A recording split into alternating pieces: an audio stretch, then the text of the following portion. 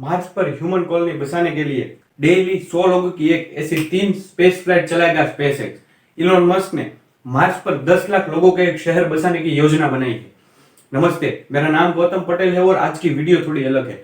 आज के वीडियो में हम इलोन मस्क के कनकट द मार्स और एक हम ह्यूमंस कैसे फर्स्ट इंटरप्लैनेटरी स्पीशीज बन सकते हैं इसके बारे में बात होगी। स्पेसएक्स एंड इस फाउंडर इलोन मस्क ने मार्स के ऊपर ह्यूमन कॉलोनी बसाने की तैयारियां बहुत ही जोरों शोरों से स्टार्ट कर दी और इसके लिए थोड़े ही समय बाद दिन की 3 ऐसी साल की 1000 से भी ज्यादा स्पेस फ्लाइट को ऑपरेट करके लाखों लोगों को मार्स तक पहुंचाया जाएगा।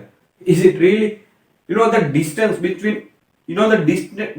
Between earth to Mars is more than 6 crore kilometre. Without human satellite को भी वहां तक पहुंचने के लिए 4 साल से ज्यादा टाइम लगता है। यहाँ पर लाखों लोगों को अर्थ से मार्स तक पहुंचने की बात हो रही है। Elon Musk is very ambitious and there is no doubt that Elon Musk is very ambitious because वो एक नया बैंकिंग सिस्टम में या फिर इंटरनेट पे एक नया बैंकिंग मेथड चाहते थे, इसलिए इसने पेपल बना दिए। वो ट्रांसफर को फास्ट बनाना चाहते थे, इसलिए उसने हाइपरलूप बनाया। इलोन मस्क स्पेस ट्रैवल को चीप बनाना चाहते थे, इसलिए उसने स्पेसएक्स बनाया। वो इलेक्ट्रिक कार चाहते थे, इसलिए उसने टेस्ला बनाई। और एंड मोस्ट इंपोर्टेंट, जो रॉकेट सैटेलाइट को लॉन्च करता है वो रॉकेट बाद में यूज नहीं होता। इलोन मस्क चाहते थे कि वो रॉकेट यूज हो, इसलिए उसने फाल्कन हेवी 9 बनाया।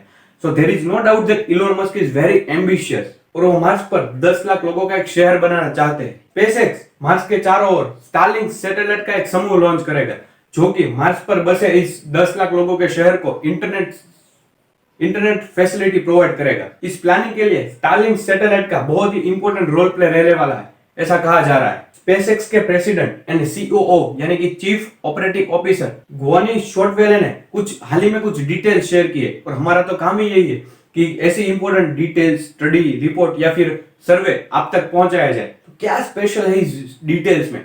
इस डिटेल में मार्स पर टेक्नोलॉजी कैसे एस्टेब्लिश होगी इसके बारे में बात की गई है। मार्स पर अगर कॉलोनी स्टार्ट की जाए तो उस कॉलोनी में बसने वाले लोगों को इंटरनेट या फिर कम्युनिकेशन की फैसिलिटीज भी प्रोवाइड करानी होगी और उसके लिए स्पेसएक्स को मार्स की चारों तरफ एक सैटेलाइट का एक बड़ा सा समूह लॉन्च करना होगा। यह सैटेलाइट सिर्फ मार्स में बसे लोगों को इंटरनेट की फैसिलिटी ही नहीं प्रोवाइड करेगी, बल्कि मार्स एंड अर्थ यानी कि पृथ्वी के बीच होने वाले कम्युनिकेशन के लिए एक लिंक भी बनी रहेगी।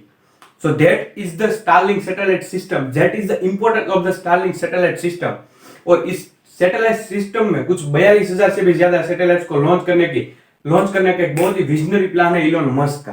सो 2022 से 2 कार्गो शिप को मार्स पर भेजी जाएगी, जिससे फ्यूचर में वहां पर ह्यूमन कॉलोनी के लिए चीजें पहुंचती रहे। मार्स पर कॉलोनी बसाने की प्लानिंग स्पेसएक्स ने कर ली है। इलोन मस्क ने 2050 तक कॉलोनी बसाने के लिए एक साल में 1000 से भी ज्यादा स्पेस फ्लाइट उड़ाने की प्लानिंग की है। मतलब कि डेली की 3 स्पेस फ्लाइट उड़ेगी और हर एक फ्लाइट में 100 लोगों को मार्स की तरफ रवाना करेंगे। It seems like a fictional movie, right? But it's not a fictional movie. It's a reality. It is the planning of the very revolutionary and visionary person as of now, Elon Musk. Elon Musk के दिमाग का एक थोड़ा सा संख्या लेकिन बहुत ही impactful decision है और वो जो चाहते हैं वो करते हैं। So it's not a fictional movie और इसके बारे में और इस कैंपेन, इस मिशन को लेकर काम कितना आगे बढ़ चुका है उसी की भी बात हम आगे करेंगे।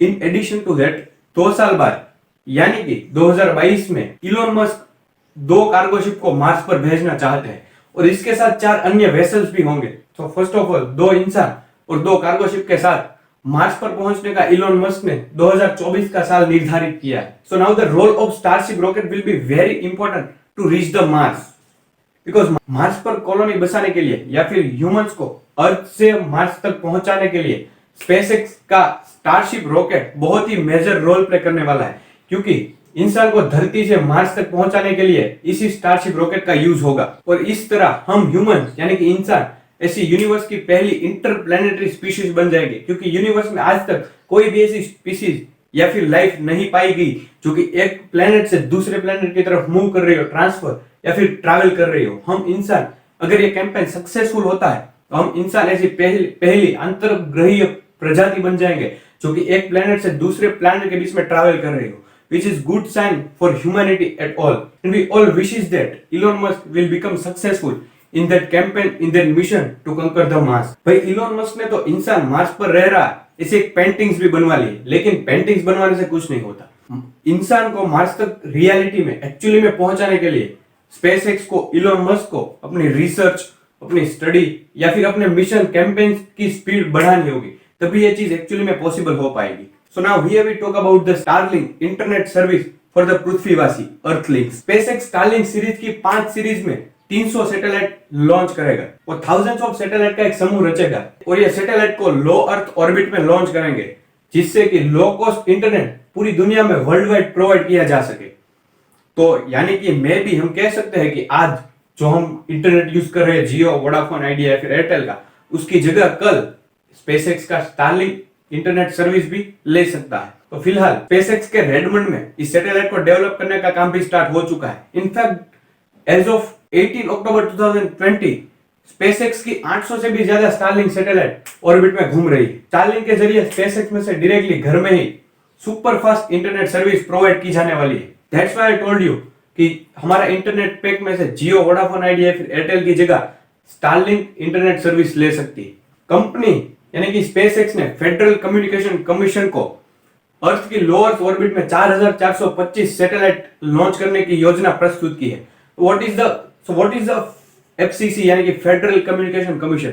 एक ऐसा कम्युनिकेशन, एक यूएस बेस्ड कम्युनिकेशन कमीशन है जो कि यूएस में टेलीविजन, रेडियो, वायर, केबल या फिर सैटेलाइट के इंटरेस्ट को रेगुलेट करता है, उन्हें कंट्रोल करता है। So that's it all for today's video guys.